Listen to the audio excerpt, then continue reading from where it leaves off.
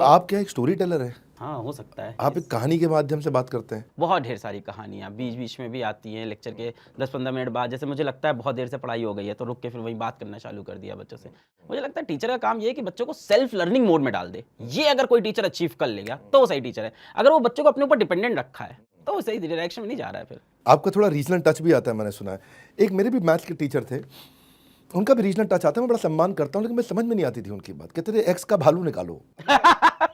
अब भालू कहाँ से निकाल दूं मैं? तो बाद में मैं कह रहे हैं एक्स का वैल्यू निकालो। भालू, भालू, अच्छा वैल्यू। अच्छा, ये क्या है? Full of formulas, calculation, graph, conceptual explanations हैं, एक्सपेरिमेंट्स हैं। अब उसके में कहानी कैसे बनाते हो आप? मतलब उसको कैसे? मैं सुना कभी जीन्स वीन्स पे आप फार्मूला लिख के जाते हैं? हाँ, वो तो ऑफलाइन कोचिंग में था जब 2014-15 में हम पढ़ाते थे। तब मेरी 1-2 जीन्स थी तब मेरे पास सिर्फ। तो एक जीन्स को मैंने पूरा पेंट कलर आता है, फैब्रिक पेंट कहते थे उसको।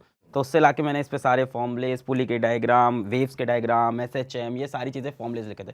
तो बच्चों को बड़ा इंस्पायर करता है कि ये टीचर इतना डेडिकेटेड। और मैं सच में था, मुझे बहुत मज़ा आता था। मुझे उसको पहनने में एक ब्रांड सेंस आता था कि मैं खुद फिजिक्स का प्रमोटर हूँ। तभी मैंने टैटूज़ करवाया और एकदम मतलब एक खुद एक प्रमोटर बन गया। तो बच्चों के अंदर क्या लिखा है टैटू पे? ये तो आइंस्टीन की फेमस इक्वेशन है, मास एनर्जी इक्विवेलेंस है, ये E equals to MC square नाम से फेमस थी। यहाँ पे एक ऐसा नंबर है जो नेवर एंडिंग, नेवर टर्मिनेटिंग। तो इस तरह की चीज़ें थी जिससे बच्चे भी अट्रैक्ट होते थे, मुझे भी बहुत मज़ा आता था। मुझे भी लगता था कि मैंने खुद को समर्पण कर दिया है।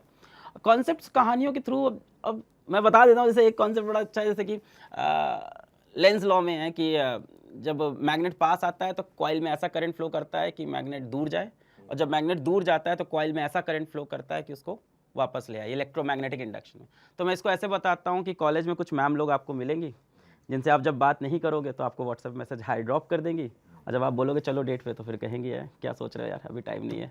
तो ना आपको दूर जाने देंगी ना पास आने देंगी। इस तरह की छोटी छोटी चीज़ें रिलेट करते रहते हैं, बच्चे कनेक्ट कर ले जाते हैं। नहीं नहीं, आप प्रोडक्ट लेकर के आ रहे हो, आपका रेवेन्यू में जंप आ रहा है। मैंने देखा कि अब आप पहले केवल नीट की और इसकी प्रिपरेशन करा रहे थे, आप जेई की, अब आप और भी नए प्रोडक्ट लेकर के आ रहे हैं। तो क्या आप अलग पांडे टीचर से बिजनेसमैन बन चुके हैं? नहीं, मुझे नहीं लगता, और मैं कभी नहीं बनना चाहूँगा। मैं रिज़ाइन कर दूंगा जैसे मुझे ऐसा फील हुआ कि मैं बिजनेसमैन बन गया हूँ, या मैं बहुत महंगी गाड़ी से चल रहा हूँ, या बहुत बड़ा बंगला खरीद के बैठ जाऊँगा। मुझे नहीं लगता। मुझे लगता है जो डिमांड है उसको पूरी करना है। अगर बात है पैसे की, तो मुझे लगता है मैंने ऑलरेडी लाइफ में पैसे बना लिए थे ऑफलाइन कोचिंग से, यूट्यूब से। 1900 लोगों की टीम आपके साथ काम कर रही है, मस्ट बी ह्यूज ऑफिस। कितनी अब मैं सुना आपने फिजिकल कोचिंग सेंटर्स भी खोल दिए हैं? Right, 20 physical coaching centre, hybrid coaching centre खोले हैं 16 सिटीज़ में अंदर। पर मैं ये देख रहा हूँ कि आप एक बॉर्न टीचर थे या बॉर्न एक्टर थे? टीचिंग में एक्टिंग डाला या एक्टिंग में टीचिंग डाला?